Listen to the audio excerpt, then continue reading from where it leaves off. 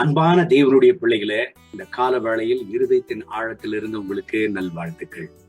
சங்கீதங்களின் புஸ்தகம் 37:28 வசனத்தை வாசித்து இந்த நாளுக்காக நாம் ஜெபிப்போம். கர்த்தர் நியாயத்தை விரும்புகிறவர், அவர் தமது பரிசுத்த வான்களை கைவிடுவதில்லை. அவர்கள் என்றைக்கும் காக்கப்படுவார்கள். துன்மார்கருடைய சந்ததியோ அறுப்புண்டு போம். ஆம், என் அன்பு தேவனுடைய பிள்ளைகளை, கர்த்தர் தமது பரிசுத்த வான்களை என்றைக்கும் கைவிடுவதில்லை என்று வேதம் சொல்லுகிறது. அது மாத்திரமல்ல, அவர்கள் கர்த்தராலே காக்கப்படுகிறார்களாம். தேவனுடைய பிள்ளைகளை, அது மாத்திரமல்ல, துர்மார்கருடைய சந்ததியோ அறுப்புண்டு போம் என்று வேதம் சொல்கிறது.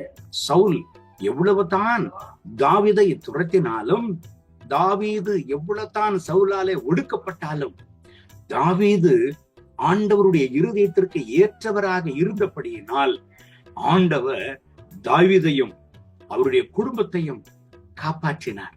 ஆமென். அன்பு கர்த்தருடைய பிள்ளைகளை, இந்த நாளிலும் உங்க வாழ்க்கையில நீங்கள் ஒடுக்கப்படுகிறவர்களா நீங்கள் இருக்கிறீர்களா?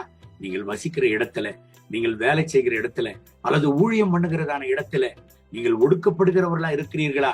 ஒரு விஷயத்தை நல்லா புரிந்து கொள்ளுங்க. ஆண்டவர் அவருடைய பரிசுத்தவான்களை ஒருபோதும் கைவிடுவதில்லையா. அவர்கள் கர்த்தராலே காக்கப்படுகிறார்கள் என்று வேதம் சொல்கிறது. இந்த வசனத்தை நாம் தியானிக்கிற பொழுது எனக்கு ஒரு சம்பவம் ஞாபகத்திற்கு வருகிறது. கர்த்தருக்குள்ளான என் அன்புக்குரிய ஒரு சகோதரன் ஆண்டவரால ஒரு நல்ல வீடால ஆசீர்வதிக்கப்பட்டார். ஆசீர்வதிக்கப்பட்ட வீடை கர்த்தர் அவர்களுக்கு கொடுத்தார். நல்ல ஜெபிக்கிற கர்த்தருடைய பிள்ளைகள், வேலை செய்து கொண்டே கர்த்தருக்காக நற்சாட்சியாக வாழ்கிறதான ஒரு நல்ல குடும்பம். ஆனால் அவர்களுடைய அருகாமல் இருக்கிற ஒரு குடும்பத்தில் ஒரு குடிகார மனிதன் எப்பொழுதுமே இவர்களை துன்பப்படுத்தி கொண்டிருந்தான். வரும்போதும் போகும்பொழுதும் ஏதோ ஒரு வகையில அவர்களுக்கு தொல்லை கொடுப்பதுதான் அவனுடைய வழக்கம். யாருமே இல்லாத நேரமா இருக்குமே என்று சொன்னால், இந்த சகோதரர்களுடைய வீட்டுக்கு முன்பாக இருக்கிற தண்ணி குழா பைப்புகள் எல்லாம் உடைச்சிருவான். அந்த குடிகார மனிதனை எப்படியாகிலும் சரி செய்ய, ஒரு நல் பாதைக்கு கொண்டு வர இந்த கர்த்தருடைய பிள்ளைகள் எவ்வளவோ முயற்சி எடுத்தார்கள்.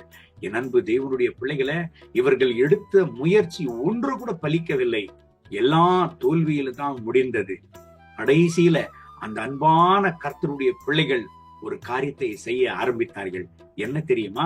ஆண்டவருடைய பாதத்தை பிடித்தார்கள். ஆண்டவரே, எங்களுக்கு நீர்தான் இந்த வீடை கொடுத்திருக்கிறீர், நீர்தானே இந்த வீடை கொடுத்து எங்களை நீர் ஆசீர்வதித்திருக்கிறீர்.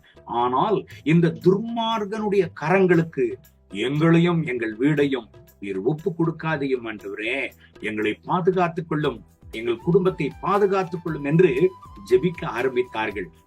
நடந்தது என்ன தெரியுமா? அந்த குடிகார மனிதன் ஒரு சுற்றுலா பயணம் சென்றான்.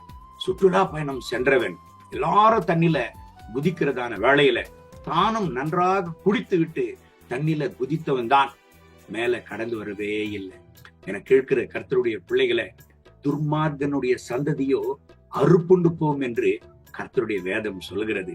எனக்கு அன்பான கர்த்தருடைய பிள்ளைகளை, நீங்களும் ஒரு வேளை எத்தனை நாள் தான் எனக்கு இந்த போராட்டம், எத்தனை நாள் தான் இந்த வேதனையை எனக்கு கொடுப்பார்கள், எவ்வளவோ நான் ஜெபித்து பார்க்கிறேன், ஆனால் எனக்கு ஒரு பதில் வரவில்லையே என்று நீங்கள் ஜெபித்துக் கொண்டிருக்கிறீர்களா?